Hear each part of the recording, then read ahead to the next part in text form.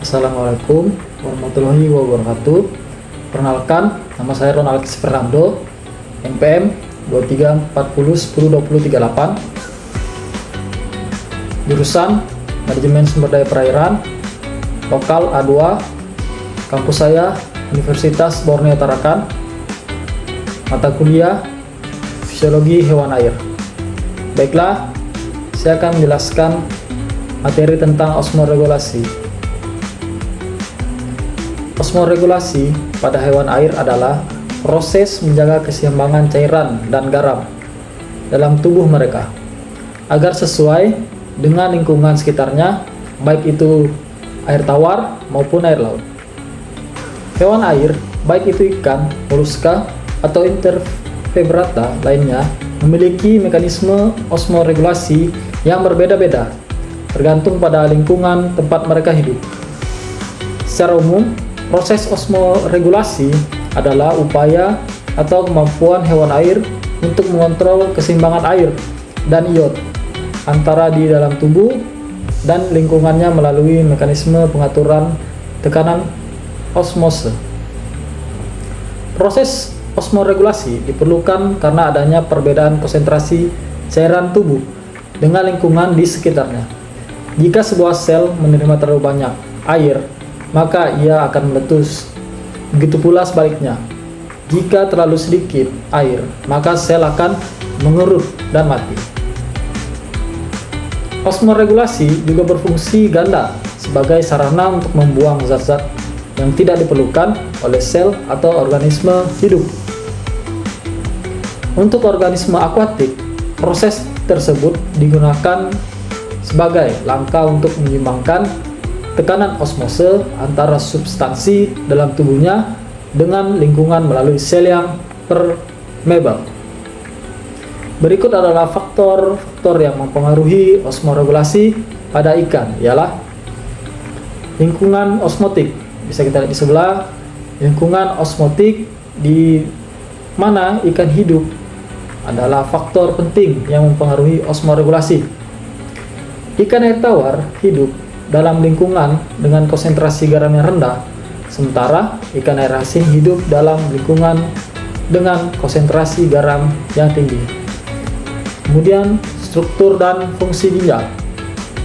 Ginjal adalah organ utama yang terlibat dalam osmoregulasi pada ikan. Struktur dan fungsi ginjal ikan dapat berbeda-beda antara spesies yang berbeda. Adaptasi fisiologis. Ikan memiliki berbagai adaptasi fisiologis yang mempengaruhi osmoregulasi mereka. Ini termasuk struktur insang, kulit, dan organ-organ lain yang terlibat dalam pertukaran air dan garam. Kemudian, perubahan lingkungan.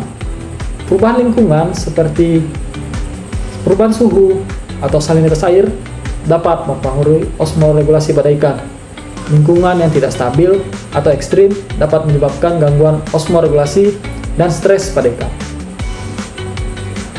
Kemudian termasuk di osmoregulasi pada ikan air tawar. Osmoregulasi pada ikan air tawar melibatkan upaya untuk mempertahankan keseimbangan air dan garam dalam tubuhnya saat hidup dalam lingkungan dengan konsentrasi garam yang rendah. Ikan air tawar hidup dalam lingkungan dengan konsentrasi garam yang lebih rendah daripada tubuhnya. Untuk menjaga keseimbangan osmotik, ikan ini menghadapi dua tantangan utama, yaitu penyerapan air yang berlebih dan kehilangan garam. Ikan air tawar memiliki ginjal yang efisien untuk membuang air berlebih dari tubuhnya dan menghasilkan urin yang sangat encer. Kemudian, penyerapan air ikan air tawar cenderung menyerap air melalui proses osmosis melalui insang, kulit, dan selaput lendir mereka. Sel-sel tubuh ikan memiliki konsentrasi garam yang lebih tinggi daripada air dari sekitarnya, sehingga secara alami bergerak ke dalam tubuh ikan untuk menjaga keseimbangan osmotik. Yang kedua itu mengeluarkan urin. Ikan air tawar memiliki ginjal yang efisien dalam membuang air berlebih dari tubuh mereka. Ginjal ini menghasilkan urin yang sangat encer sehingga air diserap oleh ikan dapat dikeluarkan dengan cepat. Kemudian, menyerap garam. Ikan air tawar juga memiliki kemampuan untuk menyerap garam dari lingkungan melalui insang mereka dan membran tubuh mereka. Ekskresi garam. Ikan air tawar juga mengeluarkan kelebihan garam melalui urin dan sedikit melalui kulit. Kita masuk di osmoregulasi pada ikan air asin. Osmoregulasi pada ikan air asin melibatkan upaya untuk mempertahankan keseimbangan air dan garam dalam tubuh mereka saat hidup dalam lingkungan dengan konsentra. Berikut adalah mekanisme osmoregulasi pada ikan air asin. Yang pertama, mengatasi kulit kehilangan air. Ikan air asin menghadapi tantangan dalam mengatasi kehilangan air yang berlebihan melalui osmosis. Untuk mengatasinya, ikan air asin memiliki kulit yang kurang permeable terhadap air. Selain itu, mereka memiliki gugus sel di dalam insang yang menghasilkan lendir berlebih. Yang kedua, menyingkirkan kelebihan garam. Ikan air asin secara aktif mengeluarkan kelebihan garam dari tubuhnya. Mereka melalui beberapa mekanisme.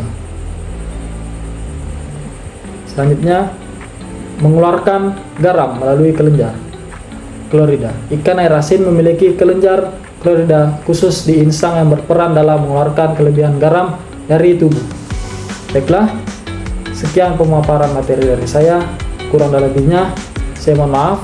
Wassalamualaikum warahmatullahi wabarakatuh. Sekian, terima kasih.